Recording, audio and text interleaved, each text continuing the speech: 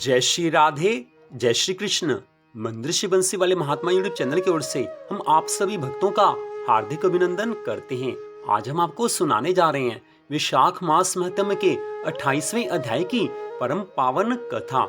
इससे पहले आप वैशाख मास के अध्याय 1 से लेकर अध्याय 27 तक की कथा को हमारे चैनल पर सुन चुके हैं, जिसका लिंक इस वीडियो के डिस्क्रिप्शन में हमने दिया हुआ है। आप किसी भी अध्याय की कथा को उस लिंक को खोलकर सुन सकते हो। तो अब 28वें अध्याय की कथा, लेकिन उससे पहले एक छोटा सा निवेदन, मंदिर श्री बंसी वाले महात्मा यूट्यूब चैनल को आप सब्सक्राइब कर लीजिए ताकि भगवान की अनेकों कथाओं को आप सुन सकें।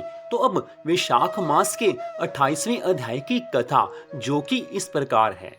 श्रुतिदेव ब्राह्मण आज राजा मैथिल से वैशाख मास की महिमा का आगे वर्णन करते हुए कहने लगे हैं कि हे राजन, एक प्राचीन इतिहास तुम्हें सुनाते हैं, पूरी श्रद्धा भावना से सुनना।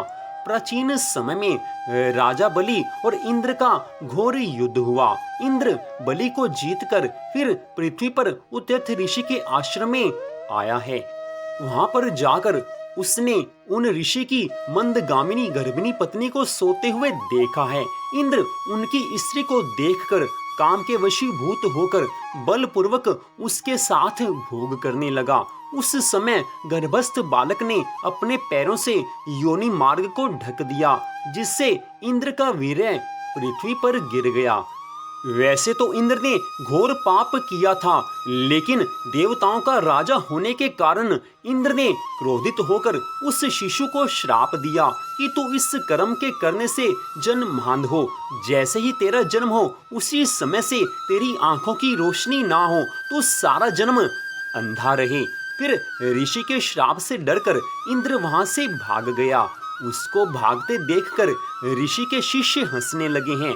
वह लज्जा के मारे मेरु पर्वत की कंदरा में जाकर छिप गया और वहां बैठकर तपस्या करने लगा। हे राजन, देवराज इंद्र ने सब देवताओं का स्वामी होने पर भी आज इतना घोर पाप किया है कि उसके पाप का फल उसको मिलना ही चाहिए था। उस समय इंद्र तो पर्वत की कंदरा में जाकर छिप गया। उस समय स्वर्ग का सिंहासन सूना हो गया। तो राजा बलि ने अपने गुप्तचरों के द्वारा ये सारी बातें मालूम कर ली।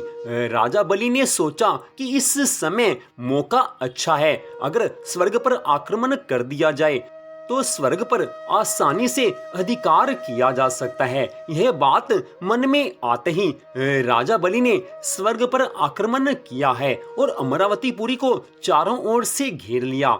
सब देवताओं को हराकर, सब दिक्पालों को हराकर, सबकी विभूति को अपने अधीन कर लिया। स्वर्ग पर आज राजा बलि ने अपना अधिकार जमा लिया और देवताओं का सब राज्य भोगने लगे हैं। तब अग्नि आदि सब देवता मिलकर दैत्यों से दुखी होकर बृहस्पति देव जी के पास आए हैं और उनको सब वृतांत सुनाया है। उनसे कहा है कि हे देवगुरु बृहस्पति जी, बिना राजा के हम सब अनाथ हो गए हैं। इस समय देवराज इंद्र न जाने कहाँ गए हैं। आप विचार करके बताइए कि देवराज इंद्र इस समय कहाँ हैं। हम सब बड़े दुखी हो रहे हैं। स्वर्ग से हमें बाहर निकाला जा चुका है। भगवान ने स्वर्ग का निर्माण देवताओं के रहने के लिए किया है, लेकिन आज असुर राज बलि ने स्वर्ग पर आक्रमण करके स्वर्ग पर अपना अधिकार कर लिया है। देवराज इंद्र जब तक नहीं आते तब तक हमें इस अवस्था में रहना ही पड़ेगा। इसलिए हे देवगुरु बृहस्पति जी, अब आप कृपा कीजिए, हमारे ऊपर दया कीजिए। आप बताइए कि इस समय देवराज इंद्र कहाँ हैं और वो कब तक वापस आने वाले हैं।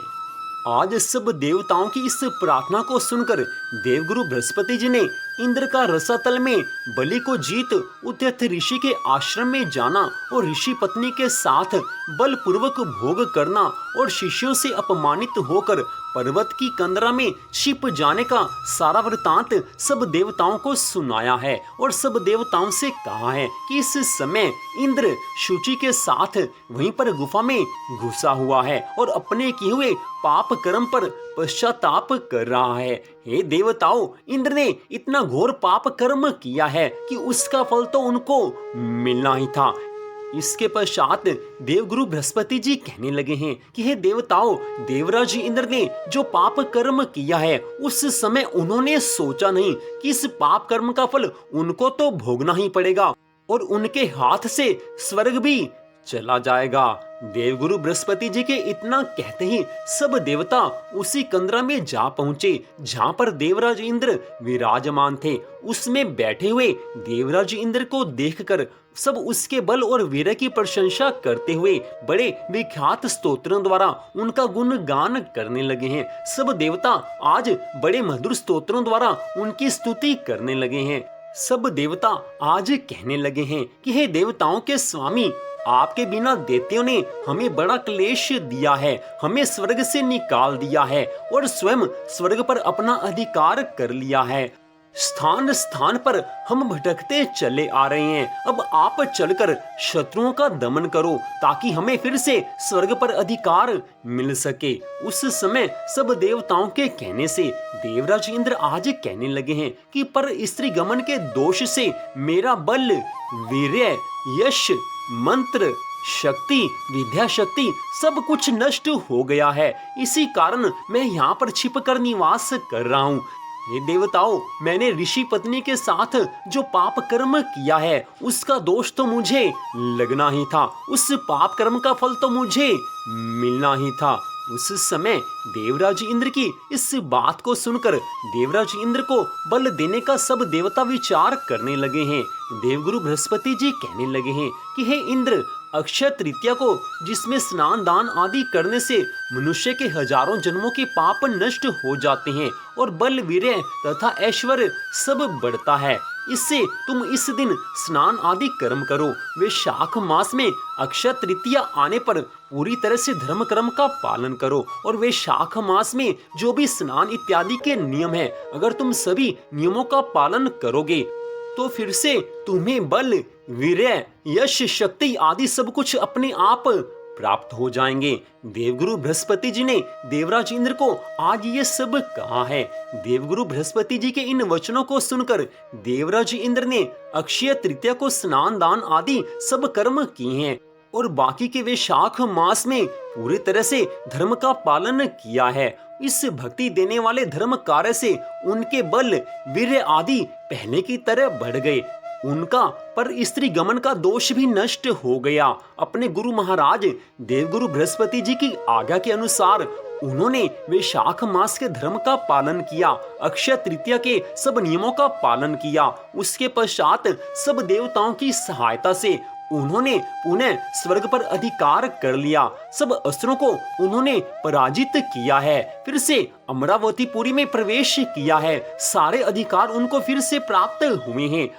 आज देवराज इंद्र ने देवगुरु बृहस्पति जी के चरणों में बारंबार साष्टांग प्रणाम किया है। उनसे कहा है कि हे प्रभु, आपकी कृपा से हमारा उद्धार हुआ है। मैंने जो पाप कर्म किया था उसका फल तो बहुत अधिक मिलने वाला था, लेकिन आपने वैशाख मास के धर्मों के पालन के बारे में बताकर, अक्षय तृतीया के धर्मों के पालन के बारे में बताकर मेरे ऊपर कृपा की। उन धर्मों के पालन करने से मेरा उद्धार हो गया। आपकी कृपा से मुझे फिर से स्वर्ग में स्थान मिला है। स्वर्ग पर आज आपकी कृपा से सब देवताओं का अधिकार हो गया है।